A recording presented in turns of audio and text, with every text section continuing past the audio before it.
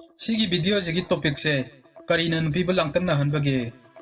Aduna Nupibu Nupagi Matangda Karina Langtaknahanbageh. Video si mapung phana bagidama wari macha ama samthajarake. Nupa ama lei mana nupi ama khangnaduna unai. Adubu nupa do confuse oirami maramdi mana phauki.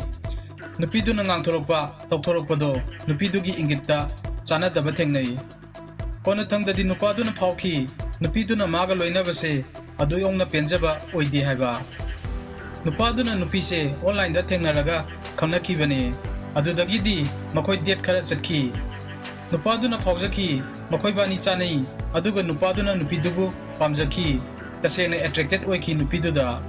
Adugu nupaduna khangbangam khide nupidudi mangonda adu yongna attracted oidi haiba. Adubu nupiduna nupaduga unai mathangi date adugi mathangi date tasu. Aduna nupidusu nupaduga naksanare.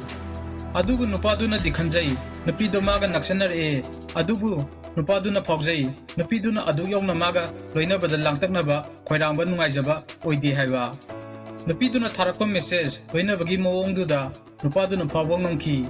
Aduna nupaduna khangba pami karigino nupiduna maga loinabagi langtaknaba phawjri karigino.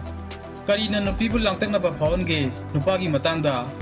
Aduna khangminarasi nupina langtaknaba phawi nupagi matangda karam kandano haibada value gap oirakanda. Adu oiradi value gap haise karino. Masidi nangi value duna masak khangna magi value dudagi henbaduni.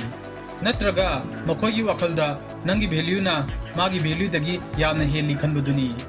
Masi nupadugi social status ki oiba yai. Awatpa leitaba punsi hingbagi oiba yai. Paisa nungsagi hakchangi mentality henbagi oiba yai.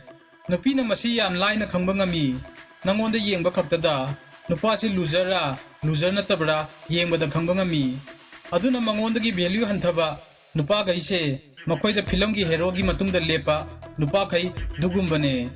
Aduna nupina nupagi matangda Karina Langtaknahanbageh hairagadi nupiduna nupadugi value do mangondagi wangna uba ma darkar tai. Aduna nangi value hengadhanaba lambi mayam ama lei. Hoi nasada energy time kaithoktaba yaroi. Masi matam changi ado nasagi phagatpada time energy kaithoktuna matamgi matung inna nangi value hengadanduna value wangba nupa ama oidaba yaroi.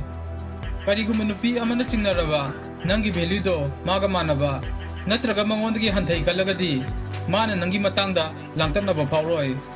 Aduna nupa amagi value do maga manaragadi nupida langtaknaba phawonde. Natraga nupadugi value do mangondagi hantharagadi matangda date chatsi unasi yararoi.